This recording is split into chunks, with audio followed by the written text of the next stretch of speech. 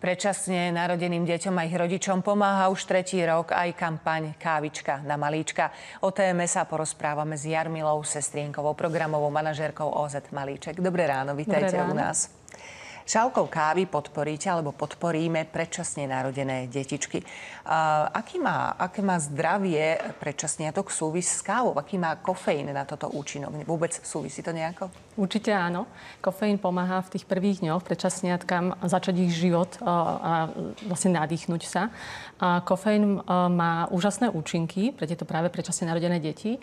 Zlepšuje srdcovú činnosť, dýchanie, pomáha protizápalovo, pomáha takisto aj skôr sa odpojiť od tieto detičky od prístrojov. A tá dávka, ktorá je možno taká veľmi zvláštna, ktorá sa týmto detičkám dáva, je to dávka až 25 káv pre dospelého. Takže je to taká veľká sila. Ale je to liek, ktorý sa používa, tento kofeín sa používa vo všetkých jednotkách intenzívnej starostlivosti pre novorodencov vo svete. Preto ste spojili pomoc predčasniatkám s kávičkou. Kávička na malíčka. O čom projekt je? Ako sa možno zapojiť? Kto sa zapája? Takže je to už 3. rok. Tento projekt nám beží. Beží až do 6. októbra, teda 2 týždne. Zapojiť sa je celkom jednoduché. V podstate sú dve možnosti. Jedna je navštíviť jednu z 54 prevádzok. Sú to väčšinou káviarne, prážiarne alebo určite nejaké prevádzky. Oni sú označené tak špeciálne. Máme takú nálepku pre nich. Takisto majú takú krabičku, ktorá je označená Kávička na malíčka našim logom. A ľudia, keď prídu do tej kaviarne, môžu stať svoj obľúbený nápoj, kávičku alebo niečo iné a prečítajú si tam aj také krásne informácie o tom, ako je spojené práve predčasný pôrod s kofeínom. Takže aká je tam tá spojitosť.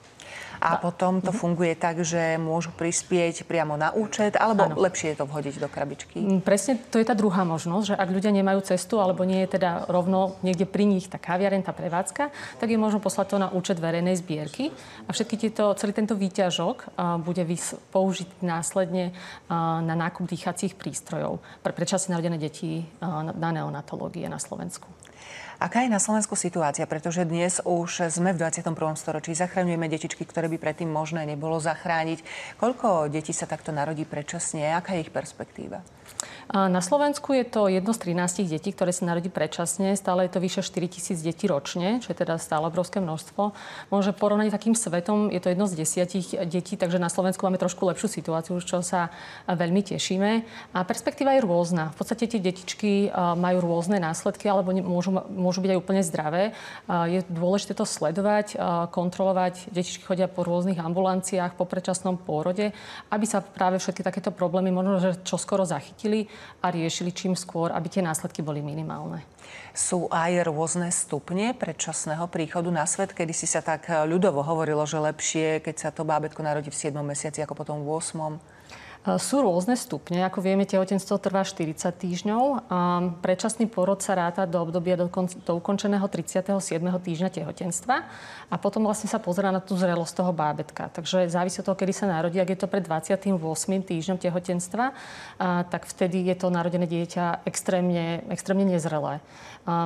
Má viacero komplikácií, môže mať viacero komplikácií a potom sa to tak postupne mení na tú ťažkú nezrelosť strednú alebo miernu nezrelosť, keď je to možno tých 6 týždňov pred termínom pôrodu. Treba na starostlivosť o tieto detičky veľa technického vybavenia? V podstate na jednotkách intenzívnej starostlivosti, kde tieto detičky okamžite po pôrode smerujú, je množstvo prístrojov. Takže rodič, ktorý tam príde prvýkrát, môže dostať šok, alebo teda je zhrozený, že čo všetko tam je. Ale my vieme, že práve tie inkubátory, tie prístroje na dýchanie, na podávanie liekov sú veľmi dôležité. Pomáhajú tomu dieťatku prežiť čo najlepší život, alebo teda najlepšie ho naštartovať. A pre nás je dôležité, aby na Slovensku sme mali tie prístroje čo najlepšie, čo najkvalitnejšie, čo najšetrnejšie práve k tým malilinkým, krehkým detičkám. Ako dlho tak zostáva bábätko v nemocnici a potom ako pokračuje tá starostlivosť o neho doma?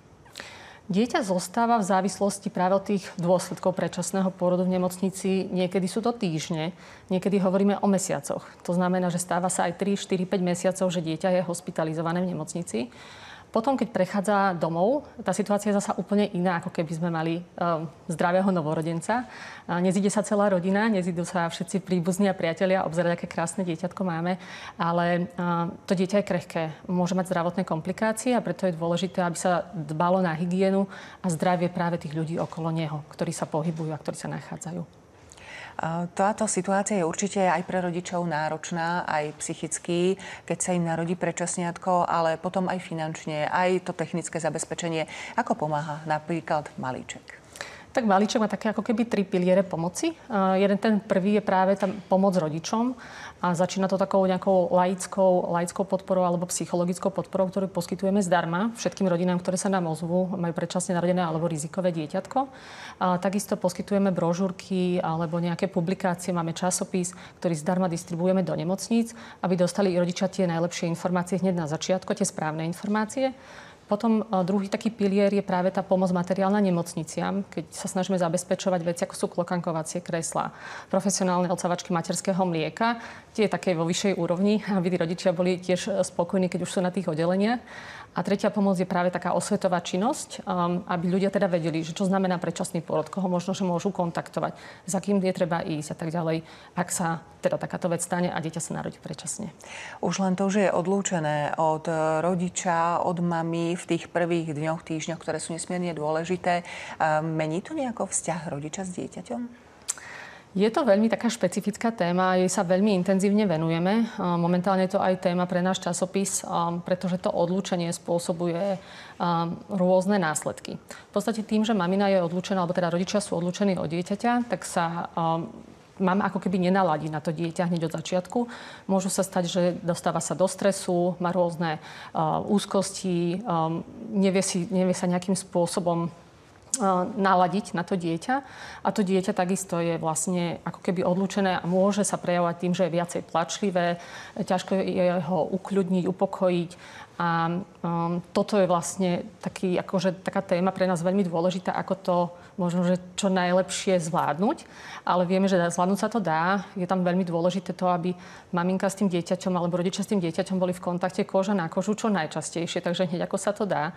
A preto práve povzbudzujeme jednak neonatologické oddelenia, detičky sú hospitalizované, aby umožnili rodičom tráviť čo najviac času na ich oddeleniach. Ale treba povedať, že aj rodičov povzbudzujeme, aby tento čas využili, aby za tým dieťatkom chodili dennodenne, ak teda sa tam nedá prespávať, a trávili s ním čo najviac času pri klokankovaní, pri rozprávaní, pri komunikácii, pri starostlivosti o to dieťa.